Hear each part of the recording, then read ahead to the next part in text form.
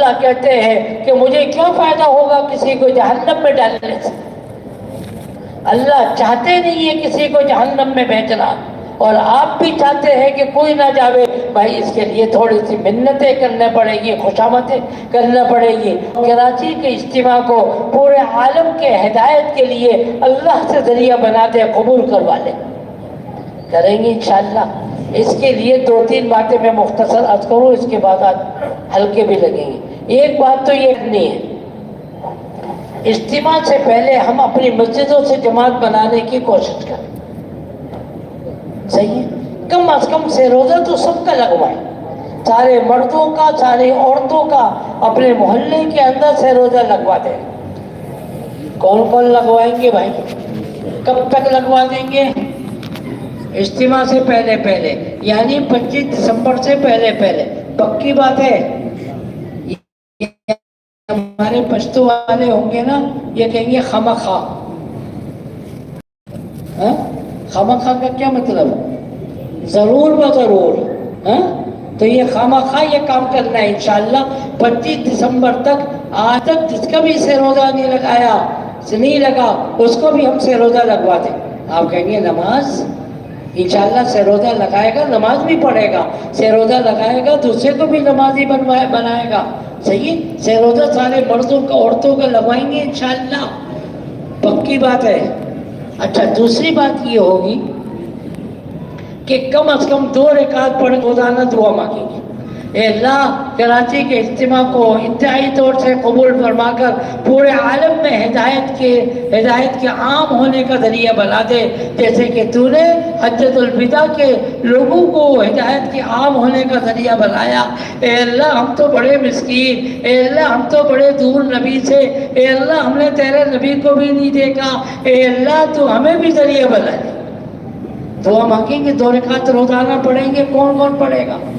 اور تیسرے کام یہ کریں گے کہ روزانہ کم از کم آدھا گھنٹہ نکال کے دعا مانگیں گے۔ کیا کریں گے؟ نہیں، ایک صاحب کو میں نے کہا دعا مانگو آدھا گھنٹہ، کہہ رہے ہیں ہم کیا مانگیں گے آدھا گھنٹے میں؟ 2 منٹ میں دعا ہو جاتی ہے ہماری۔ آدھا گھنٹہ اپنے قرآن میں دعا مانگنے کا طریقہ بتایا گیا، رب اجعلنی مقیم الصلاۃ ومن ذریتی ربنا وتقبل دعا ربنا اغفر لی ولوالدی وللمؤمنین یوم یقوم الحساب۔ اپنے لیے دعا مانگے، اپنے رشتہ داروں کے لیے دعا مانگے، ساری دنیا والوں کے لیے دعا مانگے۔ دعا میں سب سے پہلے کیا کریں گے؟ اللہ کی بڑائی کو بیان کریں گے۔ کیا کریں گے؟ بڑائی کو بیان کریں گے۔ اس کے بعد نبی اکرم صلی اللہ علیہ وسلم کے اوپر درود پڑھیں گے۔ اس کے بعد کیا کریں گے؟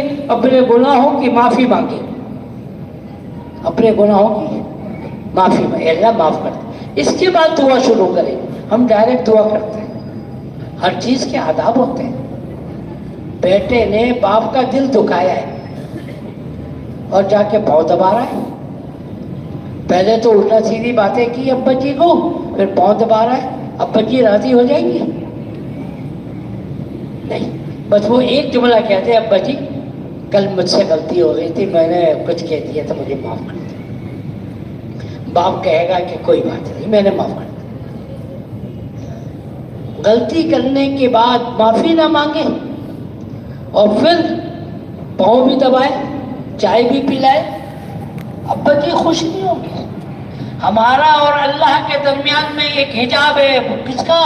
گناہوں کا، گناہوں کا پردہ ہے۔ اس گناہوں کے پردے کو پھاڑ دے، اس گناہوں کے پردے کو ہٹا دے، اور یہ بہت آسانی سے دور ہو جاتا ہے۔ اے اللہ میرے سے غلطی ہو گئی، معاف کر دیجیے، بس اللہ بڑے خوش ہو جاتا ہے۔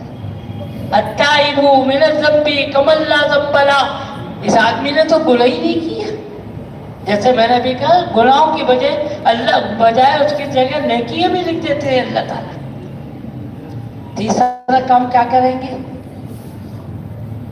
گناہوں کی معافی، پھر سارے اپنے لیے، والدہ کے رشتہ داروں کے لیے، پوری دنیا کے لیے ہدایت کی دعا، آخر میں پھر درود شریف پڑھیں، پھر دعا کو ختم کریں، صحیح ہے؟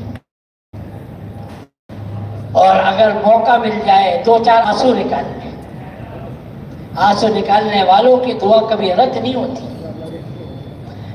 مسجد نبوی